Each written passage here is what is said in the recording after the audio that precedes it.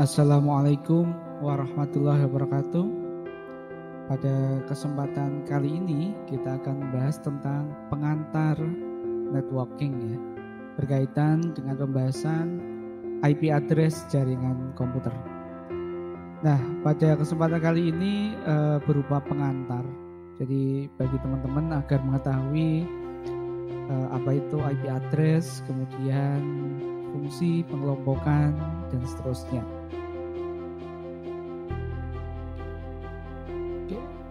Jadi IP address itu kepanjangan dari Internet Protocol Address atau singkat atau biasa sering dikenal dengan IP address. Nah, IP address sendiri sebenarnya merupakan sebuah atau kumpulan dari bilangan biner dengan panjang ada 32 bit dan ada yang 128 bit. Nanti akan saya informasikan di slide berikutnya. Nah, tentunya bilangan biner ini adalah suatu bilangan biner yang unik, berbeda antara satu dengan yang lainnya. Jadi bilangan biner yang membedakan antara IP satu dengan yang lainnya harus unik ya. Tujuannya apa gitu ya? Salah satu fungsinya adalah sebagai alamat komputer untuk mengidentifikasi komputer host di jaringan internet. Nah, itu sebagai alamat agar antar komputer itu bisa saling terhubung. Jadi simpelnya IP address ini nanti digunakan sebagai alamat untuk saling menghubungkan antara host, device atau perangkat dalam suatu jaringan komputer. Nah, untuk IP address sendiri di tahap awal itu yang berkembang adalah IPv4 ya, atau IP address versi 4. Ini yang masih digunakan sampai dengan sekarang. Nah, IP address versi 4 ini memiliki panjang 32 bit gitu ya. Jadi jumlah bilangan binernya terdiri dari 32 bit dengan jumlah host itu mencapai 256 pangkat 4. Artinya 256 dikali 256 dikali 256 dikali 256. Kalau kita total di sana bisa mencapai sekitar 4 miliar lebih, 4,2 miliar. Di sini berarti IP versi 4 itu bisa mencukupi kebutuhan ketika di seluruh dunia itu terdapat 4,2 miliar device perangkat yang membutuhkan IP untuk terkoneksi ke dalam jaringan internet. Nah, yang menjadi pertanyaan adalah seberapa banyak kebutuhan di dunia saat ini ya. Saat ini dan di masa yang akan datang. Artinya kebutuhannya itu adalah tetap atau bertambah atau berkali-kali lipat. Karena seperti yang kita ketahui, IP itu harus bersifat unik. Artinya tidak boleh sama antara satu dengan yang lainnya. Sehingga terus bertambah gitu ya. Ketika ada perangkat baru ya butuh IP yang berbeda. Ketika perangkat baru pengen terkoneksi, butuh IP yang berbeda lagi. Begitu pula seterusnya.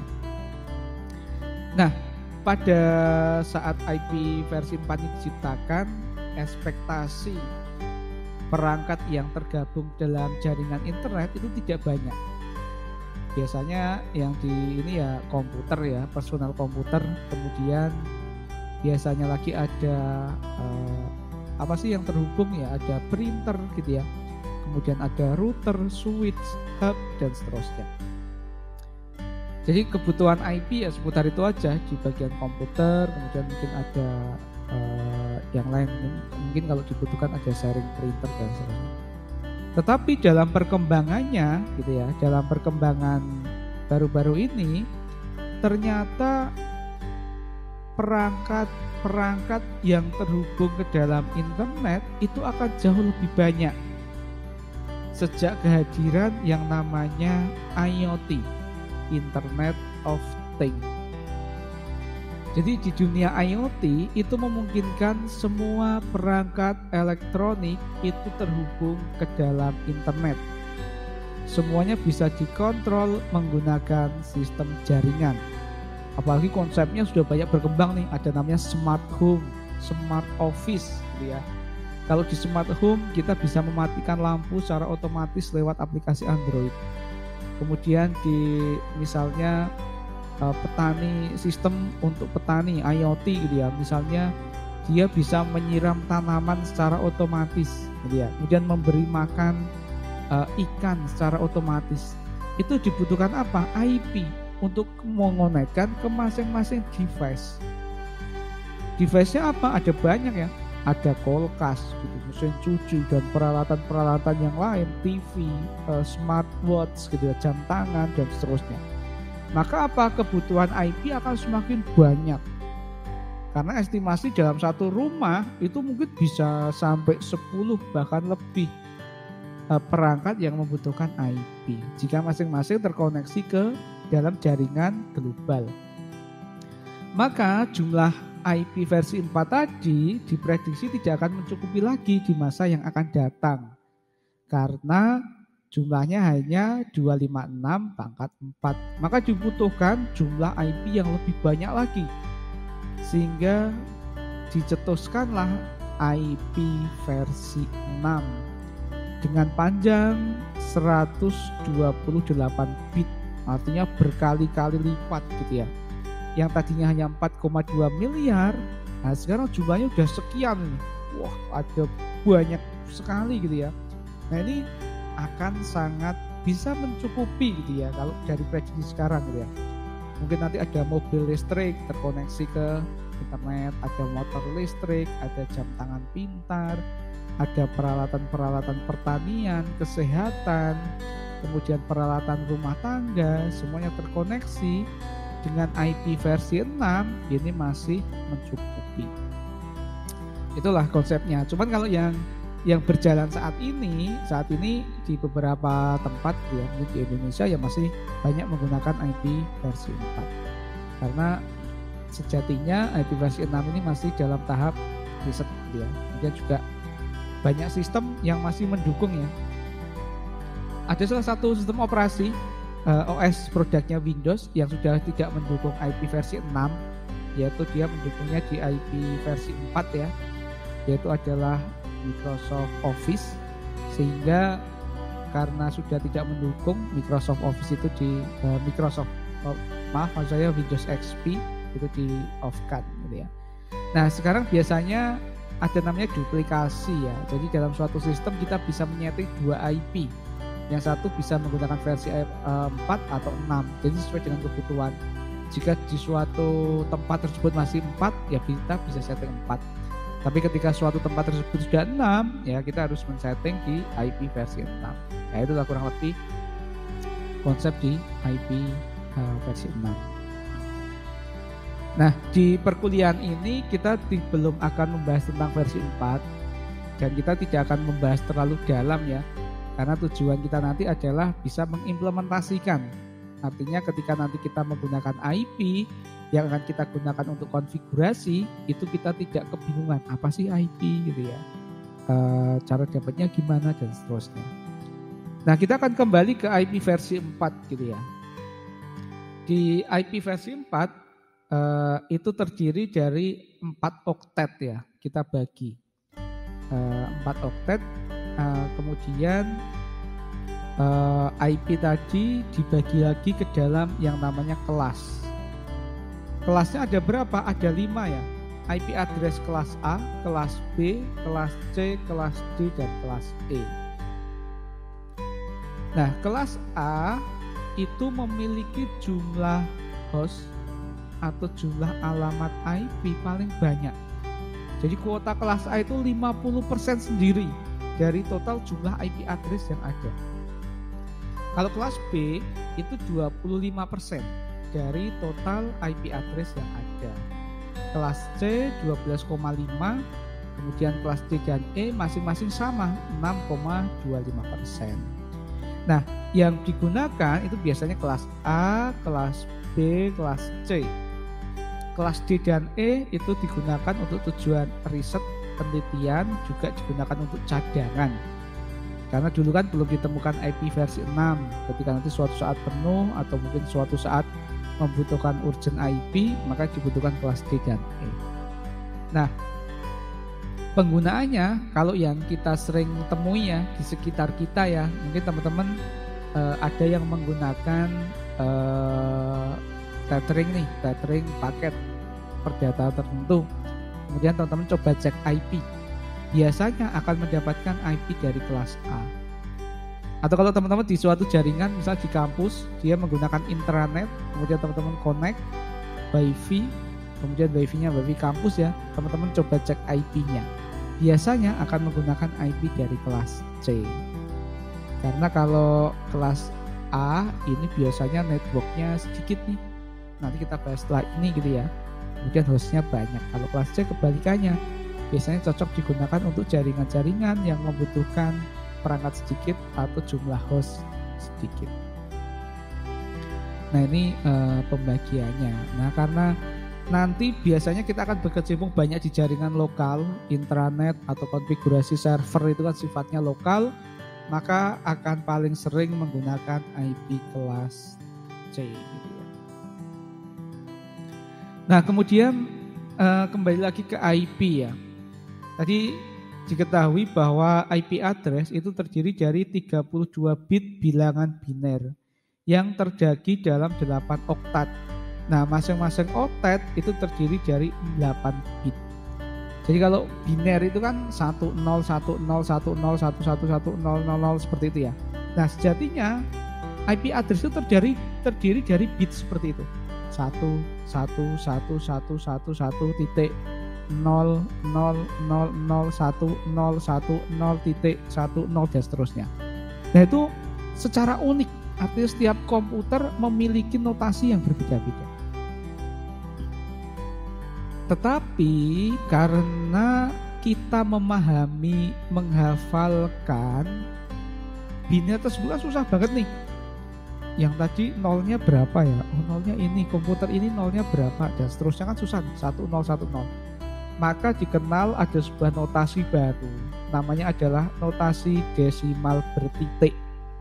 Jadi selain membagi 4 oktet biner, kita juga menjadi 4 oktet, kita konversi dari biner tadi ke dalam bilangan desimal atau notasi desimal. Nah untuk kelas A itu seperti ini ya, ada kelas A, kelas B, kelas C, kelas D dan kelas E. Kelas A sendiri IP-nya dimulai dari 0.0.0.0 sampai dengan 127.255.255.255. Kalau kelas C dimulai dari 192.0.0.0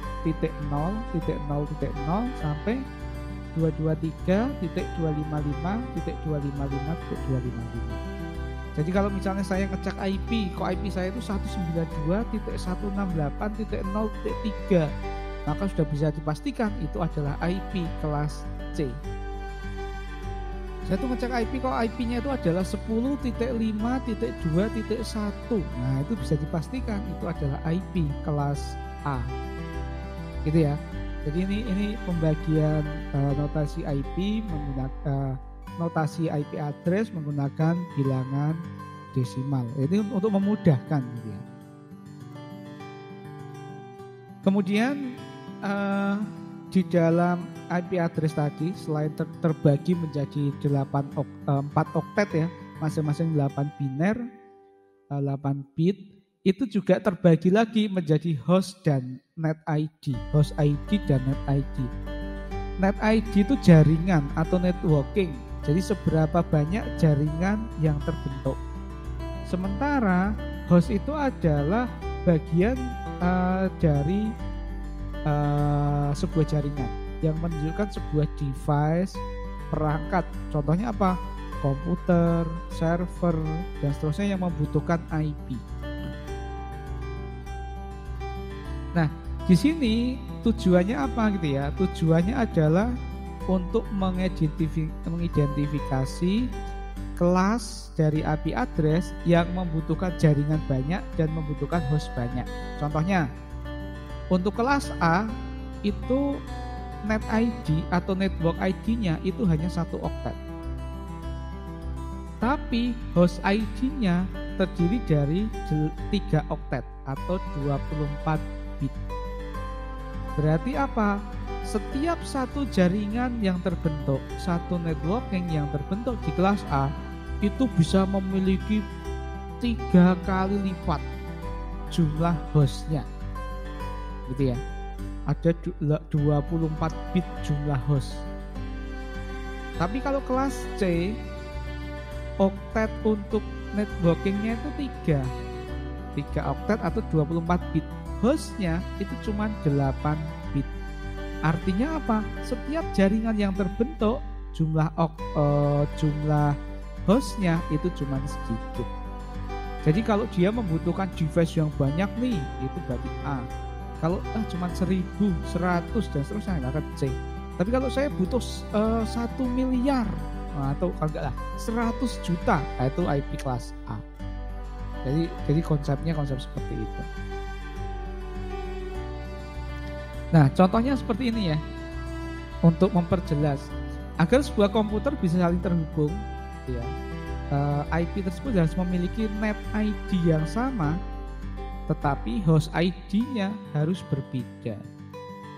Sebagai gambaran ilustrasi gitu ya, net ID atau network itu adalah nama jalan, gitu ya. Jalan, misalnya jalan metaverse, gitu ya. Host ID itu apa? Host ID itu adalah nomor rumah. Otomatis kalau agar terkoneksi ya nama jalannya harus sama gitu kan, harus di jalan yang sama, tapi nomor rumahnya harus beda. Nomor rumah sama ya nggak bisa, nanti konflik gitu ya. Bingung si kurirnya mau nganter kemana gitu ya. Tapi kalau nama jalannya beda, nomornya beda ya beda jalur gitu ya, beda jaringan. Makanya network ini diibaratkan sebagai nama jalan, host ID itu adalah nomor rumah. Nah, ilustrasi pengkelasan tadi, misalnya kelas A ya, networknya sedikit tapi hostnya banyak. Diibaratkan sebuah perumahan. Perumahannya sedikit nih, tapi setiap perumahan itu memiliki nomor rumah yang banyak. Misalnya perumahan A, jumlah nomornya bisa sampai 500. Perumahan B, nomornya sampai 1000. Tapi kalau kelas C, itu perumahannya banyak. Perumahannya bisa sampai 1000 perumahan. Tapi masing-masing rumah, masing-masing perumahan itu ya hanya ada 10 nomor rumah, hanya ada 100 nomor rumah, jumlahnya sedikit. Jadi kalau kita mau buat perumahan skala kecil, ya pakainya kelas C. Tapi kalau tinggi nih, se-Indonesia gitu ya maka kelas. Nah, konsepnya seperti itu. Itu pembagian net ID, host ID berdasarkan kelas. Nah, kemudian terakhir yang perlu kita ketahui dari IP address ini adalah IP private ya. Jadi IP private ini digunakan untuk jaringan LAN. Jadi yang pertama tadi biasanya kita akan milih nih kelas A, kelas B atau kelas C. Oke, kita ambil kelas C. Kemudian setelah kita dapat kelas C, kita akan gunakan berapa IP-nya. Kita tentukan dulu. Kita akan gunakan 2 hal. Yang pertama berdasarkan apa? 1. Apakah perangkat ini akan langsung terkoneksi ke internet atau dia tergabung dalam jaringan lokal? Bedanya apa? Ketika kita langsung jaringan internet, maka kita membutuhkan namanya IP public. Nah, IP public itu harus mendaftarkan dulu. Kita harus membeli dulu. Kalau IP lokal itu kita nggak perlu membeli, kita nggak perlu mendaftarkan, kita bisa menggunakan secara bebas. Tetapi si komputer ini tidak bisa diakses dari internet. Kita bisa mengakses internet, tapi dia tidak bisa diakses. Kalau kita menggunakan IP public, komputer kita tuh bisa di remote nih, dikunjungi dari manapun. Nah, konsepnya seperti itu. Nah, Contoh IP private untuk kelas A itu mulai dari 10.00 sampai 10.255. Kelas B sampai mulai dari 172.16.0.0 sampai 172.31.255.255. Nah, kelas C itu biasanya 192.168.0.0 sampai 192.168.255.255. Jadi 192.168.0.1.2.3.4 itu masuknya adalah kelas C. Nah, ini yang biasanya paling banyak digunakan. Nah, konsepnya adalah seperti itu. Nah, itu ya penjelasan tentang pengantar IP, mulai dari pembagian kelas gitu ya, kemudian host ID dan net ID, kemudian terakhir adalah IP private. Oke, sekian penjelasan pengantar IP address jaringan komputer kesempatan hari ini. Semoga bermanfaat. Saya akhiri. Assalamualaikum warahmatullahi wabarakatuh.